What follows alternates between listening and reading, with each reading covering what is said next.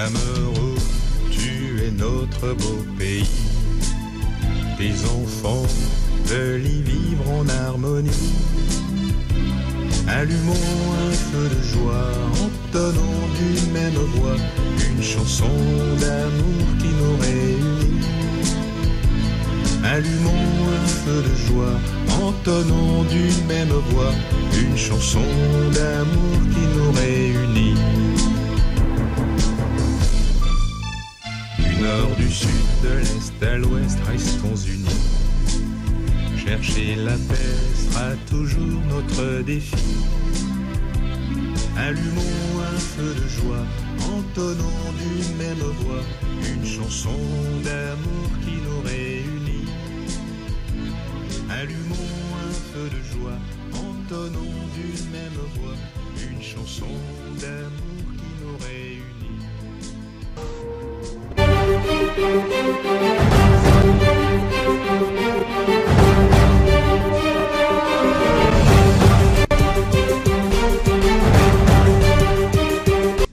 Bonsoir, comment préserver la paix et consolider notre vivre ensemble dans ce moment sensible pour la République et la période électorale au Cameroun? On va commenter ces deux expressions chères à notre pays pendant cette émission pour commenter l'actualité sur Canal 24. Bienvenue dans l'Actu 24. Je suis en compagnie de deux invités, deux jeunes, deux personnes, deux personnalités, si je peux dire ainsi, qui maîtrisent le landerneau sociopolitique du Cameroun. Je les accueille. Siri Massimfa, bonsoir.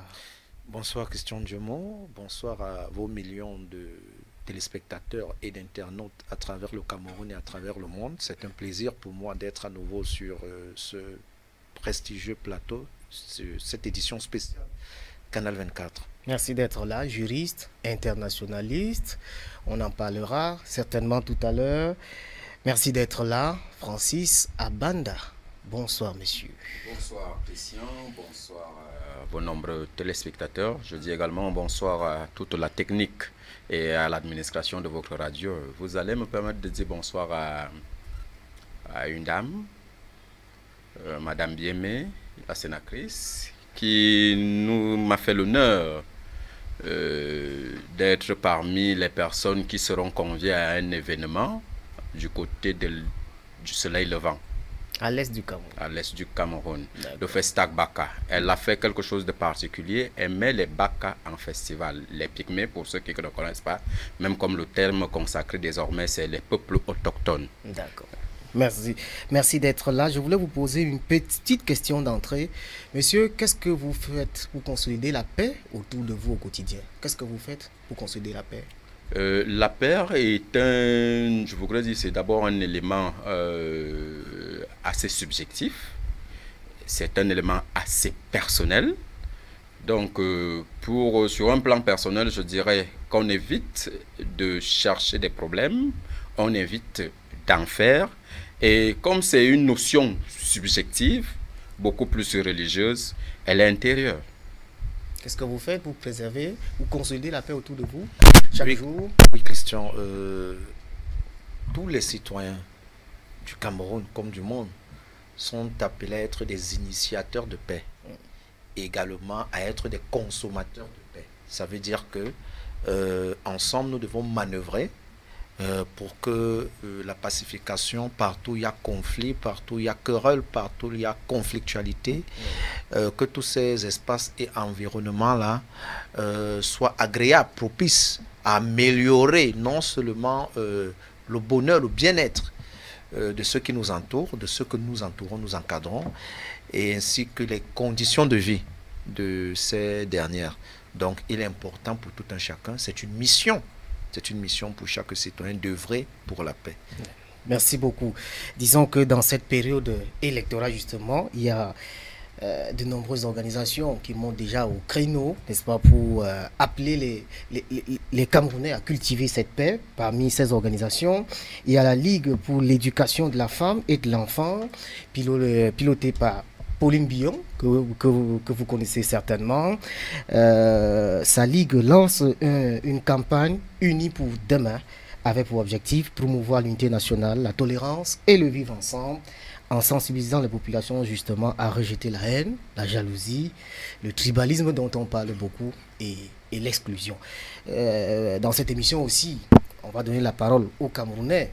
Je propose qu'on écoute d'abord les Camerounais du Septentrion. Qu'est-ce qu'on pense de la paix, du vivre ensemble au nord? Écoutons ces Camerounais et on revient sur le plateau avec vous. Eliezer, président du Conseil régional jeunes du Nord. Et nous lançons l'appel aux jeunes Camerounais par rapport à la paix. Vous savez, nous avons l'obligation de vivre ensemble et de vivre de manière harmonieuse. Et pour cela, qu'on l'on soit chrétien, musulman, que l'on soit du sud ou du nord, nous devons vivre ensemble, nous devons vivre dans la paix, dans la tranquillité. Et ça y va de notre avantage même de vivre dans la paix. Étant jeune de la société civile, j'appelle à toute la jeunesse camerounaise, en particulier celle de la région du Nord, à la protection de la paix. Parce que sans la paix, on ne peut rien faire. Nous devons promouvoir cette paix que nos ancêtres nous ont léguée. Nos aînés ont protégé et maintenant c'est à nous de protéger, de continuer de protéger la paix, de promouvoir le vivre ensemble, de renforcer ce vivre ensemble, la cohésion sociale, de s'accepter tel que nous sommes, de se comprendre. On ne peut pas quand même se baser sur les réseaux sociaux pour écrire. On lutte contre les discours de haine. Tout ça là, c'est pour éradiquer certains fléaux. Ce qui ne favorise pas l'histoire du Cameroun. Et c'est pas pour rentrer le Cameroun. Donc il faut absolument que le Cameroun revienne dans la réalité. Et nous sommes tous des filles et des fils d'un même pays et d'une même nation. On est obligé de vivre ensemble. On est obligé de nous aimer les uns les autres. On n'a pas deux pays. On n'a qu'un seul pays, on n'a qu'une seule nation. Nous sommes obligés à vivre en coalition, à vivre ensemble et dans la... Merci. On n'a qu'une seule nation, un seul pays. Ici, on est à la télévision. Le dénominateur commun entre nous trois, c'est que nous sommes des hommes de médias. Alors, dans une période comme celle-ci, que doit faire l'homme des médias, Cyril? L'homme des médias est l'un des acteurs majeurs de la promotion de la paix, de la cohésion sociale et du vivre ensemble au Cameroun. À partir même de la loi de 1990 sur la communication sociale, on comprend que les missions des hommes de médias, et en particulier des journalistes, sont entre autres, de véhiculer des messages de paix à travers des programmes de divertissement, à travers des programmes d'éducation, de sensibilisation. Et tenez le contexte, il est idoine en ce moment, avec toute cette pression politique que les Camerounais subissent, parce que l'actualité politique est imposée aujourd'hui aux Camerounais. Vous vous levez un matin, vous avez autre chose à faire, vous voulez bien échanger sur les questions, par exemple, d'éducation des femmes, des enfants, les questions environnementales, sociales, sociétales, etc. Mais on vous impose l'actualité politique qui de plus en plus devient agressive. Alors là, qu'est-ce qu'il faut faire pour les hommes de médias? Il faut œuvrer à mettre en place des stratégies holistiques qui nécite le renforcement de la résilience des communautés, l'éducation à la paix et à l'intégration. Il faut fédérer les entités qui sont certes diverses, mais qui peuvent être mises ensemble, mises en commun pour magnifier l'unité nationale. L'unité nationale chère à notre si beau pays. C'est pour ça que nous questionnons le silence de certaines organisations de la société civile. Lorsque, par exemple, on voit la Ligue pour la promotion de l'éducation de la femme et de l'enfant, qui sort quand même des fonds baptismaux pour dire, mais non, non, haro sur toute forme de haine, de violence, les discours tribalistes, que nous lisons à profusion en longueur de journée dans les réseaux sociaux, lorsqu'on sait qu'il y a toute une industrie du mal qui s'est créée derrière les claviers, sur la toile, pour distiller le venin de la haine, c'est assez déplorable parce que malgré les efforts du gouvernement, on a des mécanismes de tracking pour ceux qui font ça. On a une structure bien équipée, bien fournie, qui est l'ANTIC, l'Agence nationale des technologies de l'information et de la communication, qui doit travailler avec ceux qui vont au quotidien pour recueillir les aspirations, les sentiments, les défis de ceux qui subissent, les premières personnes à subir les matraques de la haine. Au cœur de cette catégorie sociale, de ces personnes-là, nous avons les femmes, nous avons les enfants qui subissent. Puisqu'il y a violence lorsqu'un enfant de 12 ans, 15 ans va dans les réseaux sociaux et il entend ce qu'il n'avait jamais entendu. Il consomme cette information de haine, de division, de calomnie, de jalousie. C'est pour ça que les entités de la société civile qui sortent aujourd'hui pour prendre position sont les bienvenus. Et nous ne pouvons que les féliciter. Francis Abanda, c'est vrai qu'on dit que vous et moi, en tant que journalistes, nous devons être neutres. Sauf que nous sommes aussi des citoyens, nous appartenons à une nation et nous avons ce devoir de préserver les acquis. Alors, dans cette période, tous ces journalistes sont sous pression. Comment faire pour ne pas être complice du chaos? Comment faire pour ne pas être complice du chaos? C'est d'avoir une posture d'observateur d'abord et savoir choisir les mots. Je voudrais vous dire que les premiers vecteurs ou transmetteurs de la haine ou alors des discours haineux, c'est la parole. Elle est au centre, c'est pour cela que les journalistes, les hommes des médias sont interpellés en premier chef. Parce que si nous restons silencieux ici, tout de suite, là et maintenant, pendant 2 heures de temps, rien ne se fera. C'est vrai. Rien ne se fera. Mais si nous nous mettons en échange, de cet échange-là, de cette communication-là ou de cette communion-là, peut naître des préjugés, des malentendus, peut donc faire en sorte que on cultive une certaine animosité les uns envers les autres. Donc, ce que je voudrais dire ici, c'est de devenir des personnes assez conscientes du fait d'échanger ou alors du fait qu'on soit en communion ou en communauté et qu'on vive en tenant compte des autres. Dans les aspects de gloire, on vous dira que la liberté des uns et des autres s'arrête là où celle des autres commence. Et c'est une interpellation à la responsabilité. Il faudrait qu'on apprenne à devenir tous des citoyens responsables. Et lorsque j'ai dit citoyens, il y va de notre corps de métier. Nous qui sommes censés être la vitrine, la voix de ceux-là qui n'ont pas de voix. Il faut savoir choisir les mots pour communiquer. Je ne vais pas revenir sur les devoirs qui sont les nôtres que mon copanéliste a évoqués, mais je voudrais faire comprendre que si l'on place la responsabilité, tant individuelle que communautaire, au centre des échanges de la société ou de l'aspect politique, on se rend très bien compte que lorsque cela est déposé dans l'imagerie même populaire, on fera tout et pour tout de ne pas enclencher ce qui pourra mettre en mal notre vis-à-vis, mettre en mal notre environnement, mettre en mal le fait que nous soyons en train de partager un espace. Parce que même cet espace-là est à protéger. Tout à l'heure, j'ai un peu souri lorsque le copanéliste disait qu'il voulait citer des catégories de personnes qui sont à protéger et qui sont toujours emprunts aux violences. Je voudrais corriger en disant que tout est emprunt à la violence. Même la vie même peut devenir violente si et seulement si on la consomme d'une certaine manière. Ça n'a rien à voir avec les catégories. C'est le fait que nous soyons dans un espace... Oui, mais sauf que les enfants sont plus fragiles. Sont vulnérables. Non. Je ne veux pas refuser le fait que les enfants soient vulnérables. Ce que j'ai envie de démontrer ici, c'est que il faudrait que les qui suivent les enfants ne sont pas des adultes. Ce sont des adultes qui sont responsables des enfants. Ça veut dire, si vous avez... il y a un célèbre musicien français qui disait que tout le monde sait comment faire des bébés, mais personne ne sait comment faire des papas. Parce qu'un bébé ou un enfant est un parent à venir.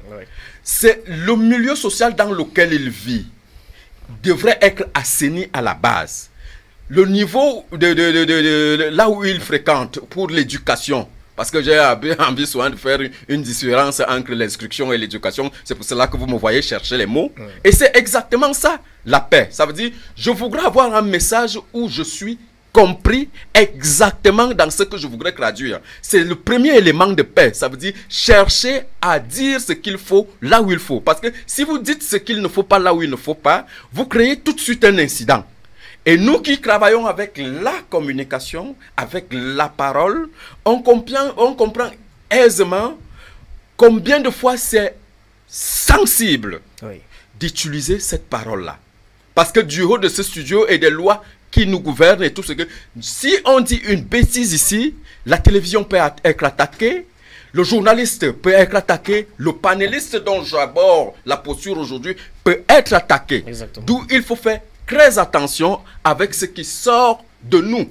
Je ne dis pas uniquement la parole, parce que beaucoup de gens confondent, ne savent pas, ou alors semblent oublier que même la gestuelle est une communication, est un moyen d'échange.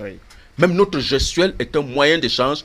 Notre vêtement est une communication. L'écriture est une communication. D'ailleurs, je demande souvent qu'est-ce qui ne l'est pas. Lorsqu'on fait de l'effort souvent de nous classer comme étant le quatrième pouvoir, je dis, ben vous faites erreur. La communication est au centre de la vie. Elle est même la vie elle-même. Pour ceux qui sont adeptes des mouvements religieux, on vous dira que tout a commencé par la parole. C'est ça. Donc pour dire que c'est donc en cela qu'il faut faire attention à celle-ci, parce qu'elle porte tout ce que nous cherchons à diriger vers les autres. Merci. Vous savez, dans un seul mot, il y a notre état d'esprit, nos émotions qui transparaissent. Notre personnalité, à travers notre parole, peut être identifiée. D'où il faut faire très attention. Et comme nous sommes dans le domaine de la paix, c'est pour dire aux gens, aux uns aux autres, de faire toujours attention lorsqu'on va poser un acte, lorsqu'on va communiquer, de toujours prêter attention aux mots qui vont sortir de la bouche. Merci beaucoup. On va tout à l'heure évoquer les éléments qu'on peut mettre dans ce vivre ensemble et comment le promouvoir. On va d'abord, est-ce que le vivre ensemble en lui-même est menacé? On va écouter les Camerounais du Sud. C'est important. Allons à Kribi pour écouter les Camerounais du Sud, ce qu'ils pensent du vivre ensemble autour d'eux. Je peux dire que c'est une prédisposition à être en harmonie, non seulement avec soi-même, mais également avec son voisinage. Maintenant, le vivre ensemble, n'est-ce pas, c'est cette excroissance de la paix qui nous permet de nous accepter mutuellement en tant que Camerounais, indépendamment de nos origines, de nos tribus et quoi sais-je encore. Donc le vivre ensemble, c'est une réalité au Cameroun, n'en déplaise à certains oiseaux de mauvais augure. Dans nos quartiers, on a de la peine à savoir qui sort du nord-ouest, qui sort du sud-ouest, qui sort de l'ouest et j'en passe. Le vivre ensemble n'a jamais souffert dans notre pays depuis les années d'indépendance jusqu'à aujourd'hui, jusqu'à ce que les réseaux sociaux, parce que le problème avec les réseaux sociaux, c'est que dès que quelqu'un a un smartphone, comme il est seul dans sa chambre, derrière un clavier, il peut écrire du n'importe quoi pour indexer ou pour taxer de tous les noms d'oiseaux une tribu. Parfois même, parfois ça peut être des problèmes d'individus. On résout ça, on généralise ça pour que ça devienne des problèmes de clan ou d'ethnie. Et ça prend une connotation tribale. Donc, nous avons intérêt à préserver notre vivre ensemble. Et cette paix-là, surtout en cette période cruciale des élections, de l'élection présidentielle.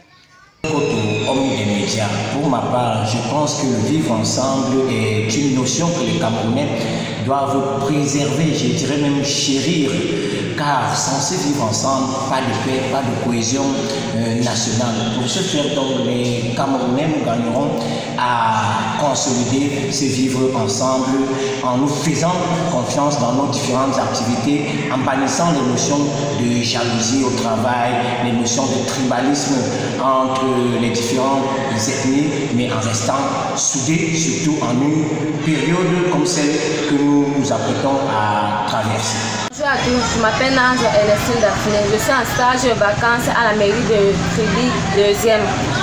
Pour la question du vivre ensemble, selon moi, le vivre ensemble est très important dans un pays comme dans notre pays, le Cameroun. Nous devons maintenir notre vivre ensemble pour éviter certains conflits entre les partis politiques, les clans, les tribunes. Si nous maintenons le vivre ensemble, je pense que notre pays sera mieux développé. Dans la sensibilisation pour ce vivre ensemble-là, qu'est-ce qu'on met dedans? Dans la sensibilisation, mais l'acceptation de l'autre, l'acceptation des différences culturelles, ethniques, tribales, claniques, régionales. Pour ce qui est du plan national, parce que si on va sur le plan national, international, on va mettre racial. Oui. C'est-à-dire qu'il faut accepter les couleurs des autres. Il faut accepter le langage des autres. Il faut accepter la main tendue des autres. Parce que de plus en plus, nous vivons dans un monde, un monde global, un village planétaire, comme on a dit. Oui. Et tout à l'heure, on parlait du vivre ensemble. Je crois que le quotidien, la pratique du vivre ensemble, par exemple, au Cameroun, est aussi vieille que la mise ensemble des différentes communautés. Ce n'est qu'un mot, une expression politique qui est arrivée en 2016 à travers le président de la République, vivre ensemble, qui a commencé à créer beaucoup de débats. C'est devenu un slogan. Pourtant, lorsqu'en 2016, cette expression est communiquée à travers les médias, en cette même année de 2016, on a vu des reportages où, par exemple, un monsieur parti de Kousséri en 1962 a épousé 4 femmes. À ça, ici dans la Léquier. Oui. Et puis, il n'était pas surpris par l'expression vivre ensemble en 2016. Vous comprenez ce que ça veut dire? Ça fait que maintenant, le rôle premier, parce qu'il y a souvent beaucoup de failles au niveau institutionnel, c'est à la société civile. La société civile est une épaule et est même la première épaule de ceux et celles qui sont victimes des actes et des actions tribalistes, de haine, d'exclusion et de discrimination. Et il faut rappeler, Christian, puisque nous sommes là dans un esprit de promotion de la paix, oui, que la paix a des dimensions en fonction des aires géographiques, en fonction des entités culturelles, puisque vous avez par exemple les conflits intercommunautaires dans le Noun. On l'a vu entre les Bamoun et les Tikar. On l'a vu à Kousséri, dans l'extrême nord. Vous comprenez un peu? Ce n'est pas la même chose que dans le centre-sud-est, par exemple. Vous voyez? Ça fait que, lorsque vous allez, par exemple, il a évoqué la région du soleil levant tout à l'heure. Lorsque vous allez en exploitation forestière, par exemple, vous trouvez des pygmées, des macaques et tout. Ils ont l'impression que ce sont des communautés extérieures aux leurs qui viennent s'accaparer de leur patrimoine forestier local. Du coup, ça peut créer des tensions.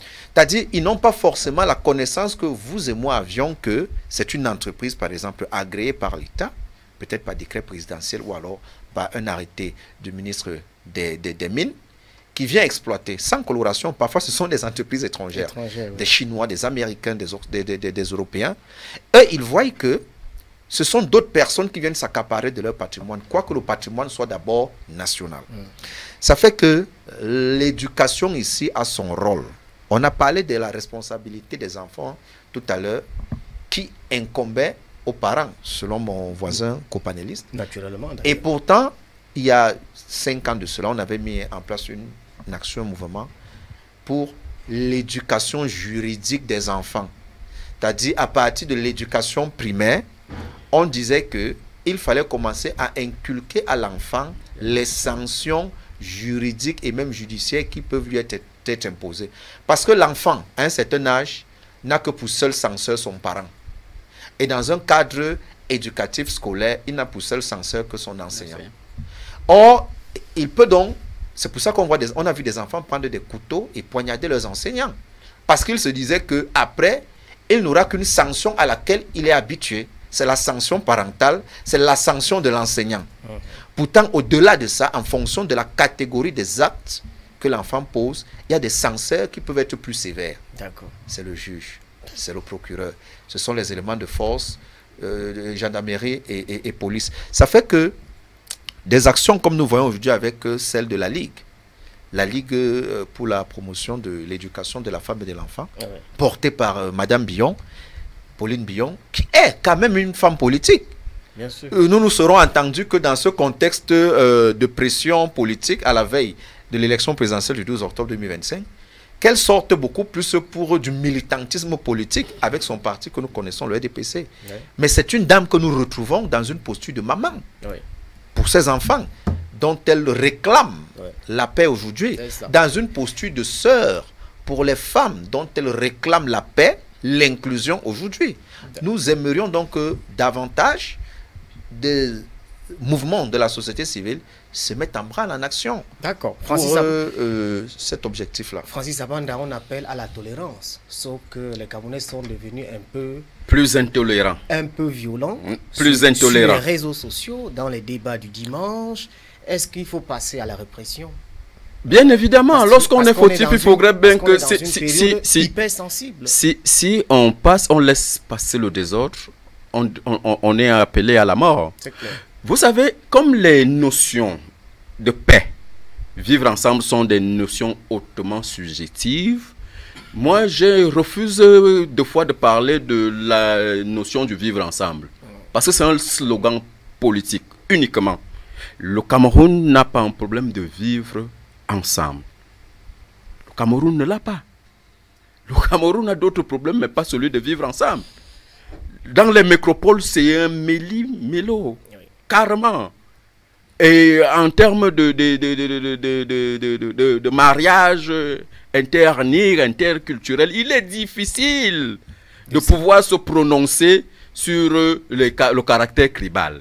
Maintenant, ceux qui le font, c'est là où je suis d'accord avec mon copanéliste, que la notion d'éducation devient une notion importante à ce niveau-là.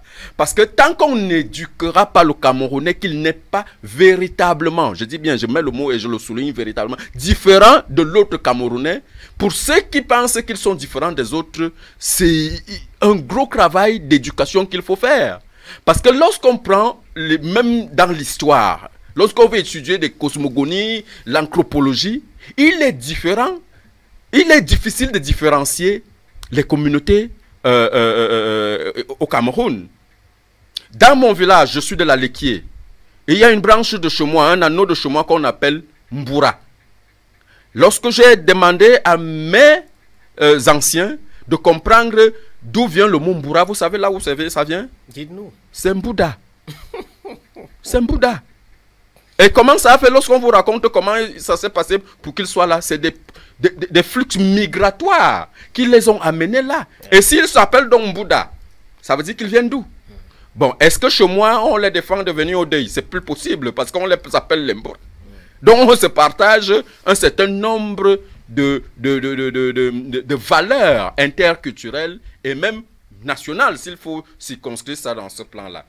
Et je vais vous dire pourquoi je dis c'est pour moi le vivre ensemble est un slogan politique. Parce qu'en réalité, si vous avez bonne souvenance, les problèmes de tribal qu'on retient ces jours-ci naissent de l'aspect politique, de la vie politique. Justement, on va parler de ça pour sortir de l'émission. C'est pour cela que je voudrais autant apprécier l'initiative de cette structure de la société civile, de cette dame politique qui a fait un choix, bien qu'il ne soit pas un choix non politique, parce que la politique, c'est quoi? C'est la gestion de la cité. C'est pour ça que je dis souvent que tout est politique. Même ce que nous sommes en train de faire ici est politique. Mais à quel niveau? Parce qu'il y a de la politique politicienne. Elle a juste refusé de faire de la politique d'une certaine manière, mais elle a choisi de le faire à sa manière, en protégeant ce qui est nécessaire, qui est la vie. C'est la vie qu'il faut protéger et c'est ce qu'elle est en train de faire en se donnant pour mission de sensibiliser et de dire aux uns aux autres, la période n'est que sensible parce qu'on la veut sensible. Chers amis, au soir de octobre, le Cameroun demeurera. Quelqu'un l'a dit. C'est un président de la République qui est toujours là. Ça veut dire le Cameroun finira par... nous finirons par passer, mais la seule chose qui reste et qui restera, ça sera toujours le Cameroun. Si on se met ça en idée, on comprend donc qu'il serait difficile d'attaquer l'autre. Nous sommes des passants sur la terre. C'est ça. Nous sommes tous des passants. Donc, il vaudrait mieux cultiver des notions qui nous permettent de vivre en toute tranquillité, de vivre sainement, de vivre... Parce que nous tous, on ne peut pas être riches du jour au lendemain. Parce que voilà des choses, effectivement, qui créent des frustrations. C'est les capacités de vie et tout ça là. Quand les autres pensent que les uns se sont accaparés de ce qui était censé être pour la communauté, ben, c'est normal qu'on ait des réclamations. Mais maintenant, il faudrait que ceux qui sont dans la posture de réclamer soient pacifistes. Et que ceux qui ont ce que les autres réclament soient dans la même posture. Sinon, on se retrouve dans le chaos, on se retrouve dans la haine. Et comme notre milieu, Internet, est venu nous aider, en même temps que ça nous aide, ça nous tue également. Pour ceux-là qui ont une éducation de conflit ou une éducation conflictuelle, et je vous ai dit, qu'est-ce que c'est que la parole? C'est le vecteur de nous-mêmes, c'est notre personnalité qu'on laisse transparaître dans ce qu'on dit ou dans ce qu'on écrit. Vous vous imaginez que si quelqu'un n'est pas en paix avec lui-même, en soi-même, n'est pas en harmonie avec lui-même, vous pensez que qu'est-ce qu'il va laisser transparaître? C'est un état de désordre, de délabrement. Ce qui fait en sorte que, généralement, lorsqu'on retrouve des personnes qui revendiquent, à tort ou à raison, je ne veux pas mettre ça sur un truc, mais qui revendiquent, ça veut dire qu'ils se sont déjà dit qu'ils ont été abusés. C'est ça. Et maintenant, est-ce que le seul mode de revendication est la violence? Nous allons tous convenir que non. Parce qu'on n'est pas obligé de revendiquer. Dès qu'il y a la violence, le désordre s'installe et on ne peut plus dialoguer. Et maintenant, c'est là où nous autres, nous avons du mal avec la politique politicienne. Et ce que nous vivons ces jours-ci, dans les réseaux sociaux, dans notre scène politique et tout. C'est inquiétant quand même. Où des gens se permettent de se lever et de dire qu'ils appellent à l'insurrection. D'autres disent qu'ils vont monter en violence, que ce n'est plus. Et puis, ceux qui sont des responsables de ces regroupements politiques ne s'indignent pas. Parce que quand quelqu'un dit qu'il va se lever à une insurrection, c'est pas pour aller casser les maisons. C'est pour détruire la vie. La vie de l'homme. C'est pour détruire la vie. Il faudrait que... Je préfère s'ancrer mon débat ou alors mes échanges sur cet élément central qui est la vie. Parce que je vous ai dit, les notions de paix, de vivre ensemble sont hautement subjectives. Ce sont des notions d'éducation. C'est comme si vous parliez de Dieu que vous ne voyez pas. La paix, c'est quoi? Lorsqu'on vous demande de la définir, elle devient quelque chose de sensible. Vivre ensemble, c'est quoi? Parce que les gens vous diront que ce n'est pas le fait qu'on se partage un bout de pain, cela veut dire qu'on vit ensemble. On peut se le partager parce qu'on s'est retrouvé dans un cadre et on s'est séparés. Mais sauf que si on regarde bien, l'élément vivre ensemble, non seulement c'est un élément de vie, c'est un élément constructif. Ce sont ces échanges que nous avons chaque jour, ce sont ces éléments que nous partageons à chaque fois, même à travers des passants ou des étrangers. C'est pour ça que tout à l'heure, là, j'étais d'accord quand il essayait de stratifier le degré de communion qu'on doit avoir jusqu'au niveau racial. Et c'est des choses qu'on doit pouvoir bannir de la compréhension ou de l'imagerie des Camerounais. Parce qu'il n'y a aucune différence. Le Cameroun ne souffre d'aucune notion de vivre ensemble. Nous vivons ensemble chaque jour.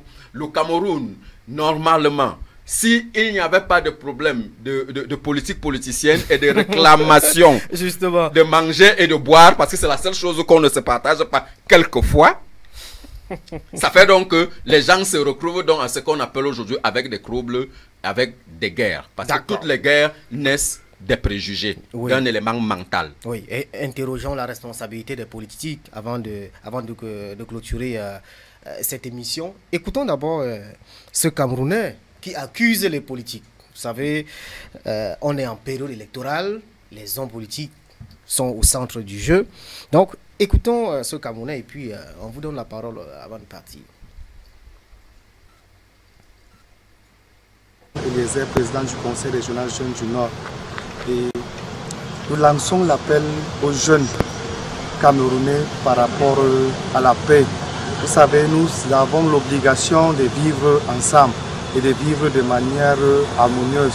Et pour cela, qu'on soit chrétien, musulman, que l'on soit du sud ou du nord, nous devons vivre ensemble, nous devons vivre dans la paix, dans la tranquillité. Et ça y va de nous. La plus grande préoccupation, c'est celle que les politiques veulent nous faire comprendre, parce que ce sont les politiques qui attisent ce semblant de dérapage et également tout ce que nous lisons dans les réseaux sociaux.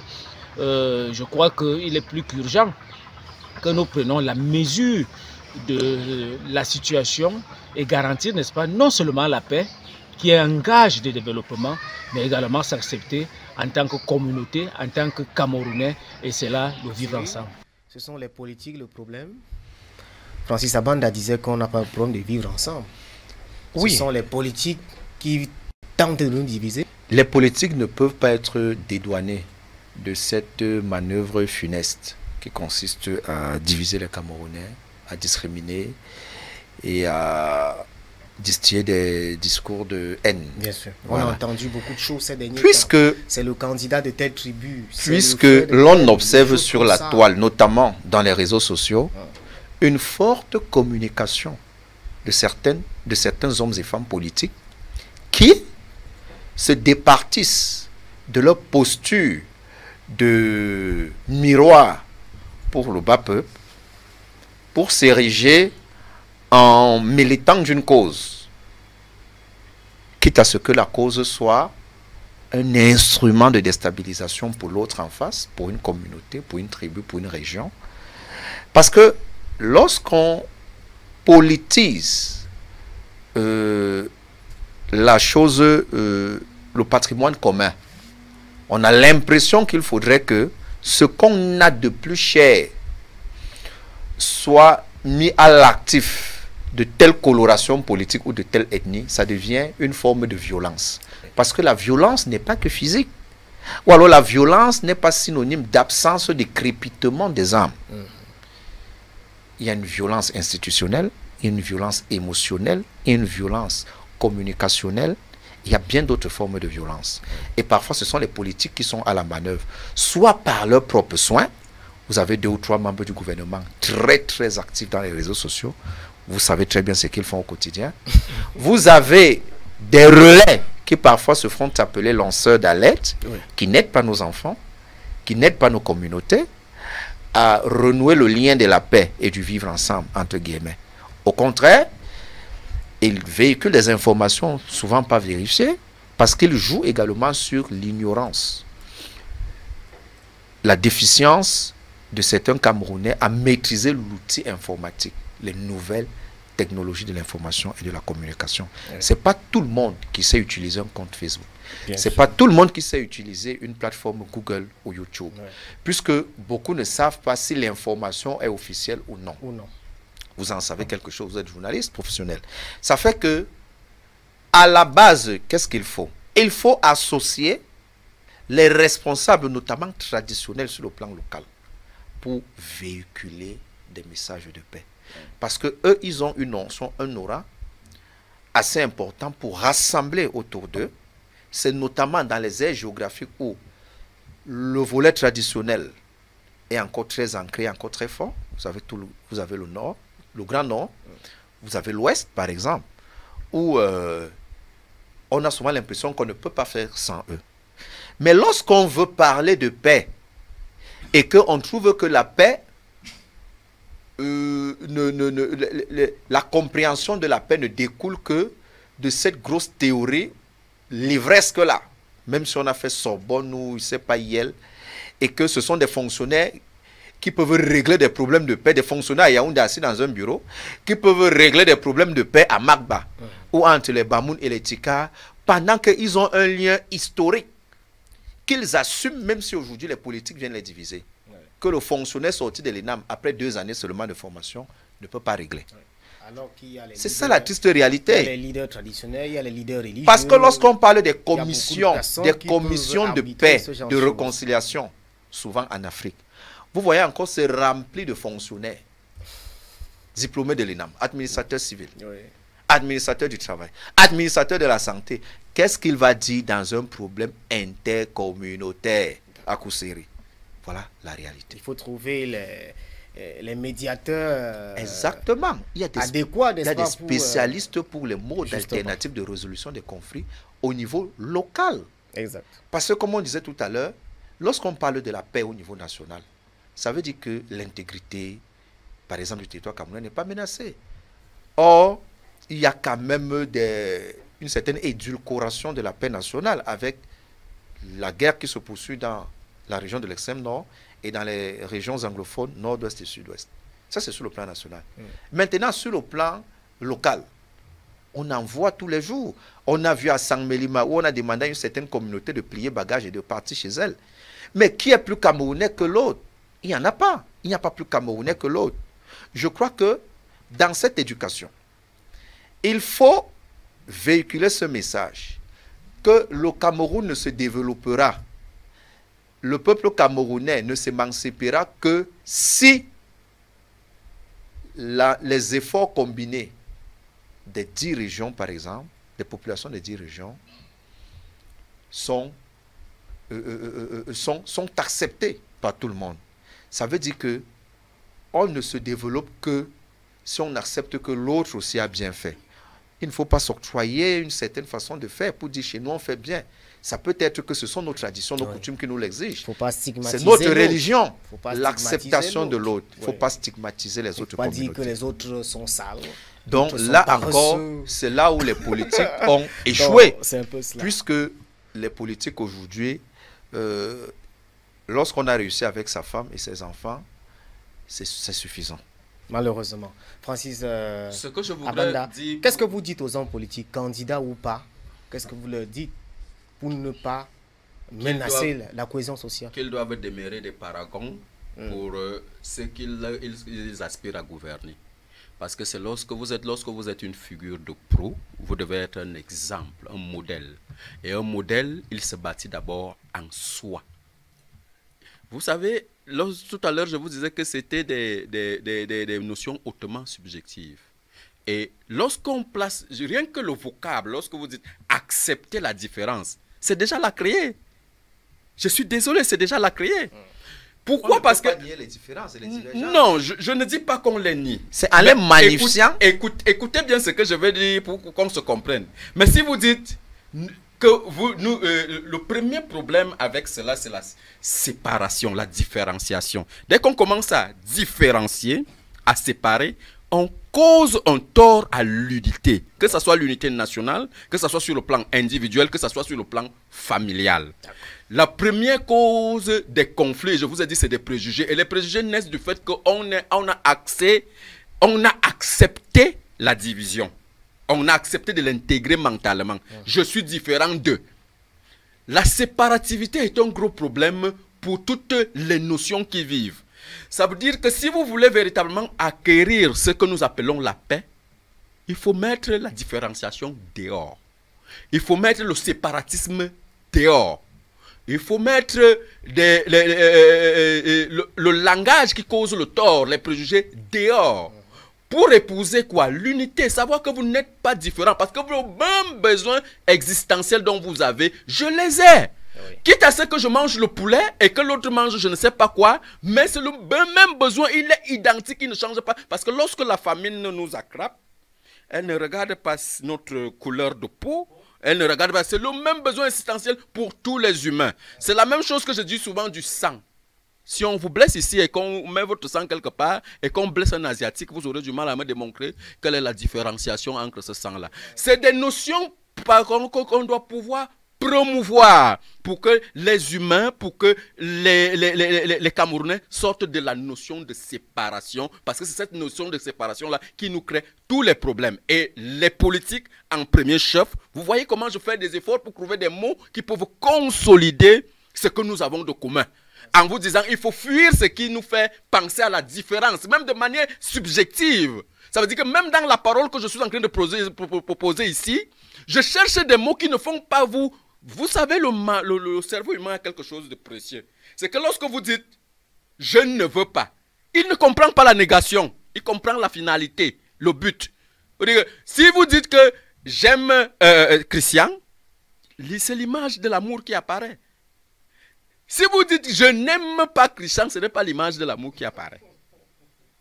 C'est aussi simple que ça. C'est l'image d'autre chose qui apparaît. Merci pour beaucoup. Dire que pour devenir rentré, parce que je t'ai rentré dans des notions un peu plus subjectives, pour dire, nous sommes par exemple en période électorale, ceux-là qui aspirent à gouverner le Cameroun, ceux-là qui aspirent, qui vont à la conquête du pouvoir et du siège désormais vide de la présidence, doivent être des modèles de cohésion, des modèles de paix, des modèles d'amour, bien que ça soit aussi une notion subjective, mais doivent tout faire pour préserver l'environnement que nous avons jusqu'ici su garder, parce que nous avons eu des legs de nos aïeux, de nos ancêtres.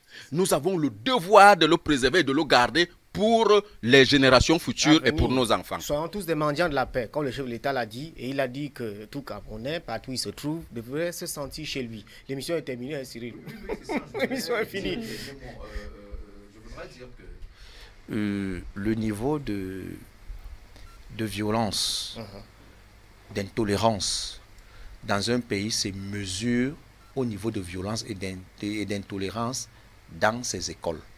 Ça veut dire que lorsqu'on aura réduit la violence scolaire à sa plus simple expression, on aura évalué plus haut le niveau de violence au niveau national. Ça veut dire que si on a de moins en moins des enfants qui se bagarrent à l'école, de moins en moins des enfants qui combattent les enseignants, ça permettra d'évaluer pour le développement durable, les générations futures, ce qu'on aura. C'est au niveau de l'école qu'on mesure. C'est là où il y a l'unité de mesure, c'est à l'école. Puisque si on apprend aux enfants à vivre ensemble les notions de paix et qu'ils pratiquent ces notions-là, ça veut dire qu'on aura une société moins violente demain. Il y aura de la répercussion autour de lui. Merci, monsieur, d'être venu. Disons qu'on est tous unis pour demain. C'est le concept lancé par la Ligue pour l'éducation de la femme et de l'enfant, que pilote, je le rappelle, Pauline Bion. Donc, tous unis pour demain, avec pour objectif promouvoir l'unité nationale, la tolérance, le vivre ensemble, sensibiliser les populations à rejeter la haine, la jalousie, le tribalisme et bien sûr l'exclusion. C'était l'actu 24, une édition un peu spéciale. Merci pour votre fidélité. Merci à Francis, à Banda, mon cher aîné. Aujourd'hui, maintenant et ici. Et tout de suite. Merci à l'ami de toujours de Canal 24. Merci Cyril. Merci Christian. Merci. Merci à l'équipe technique. Prenez soin de vous et à très bientôt.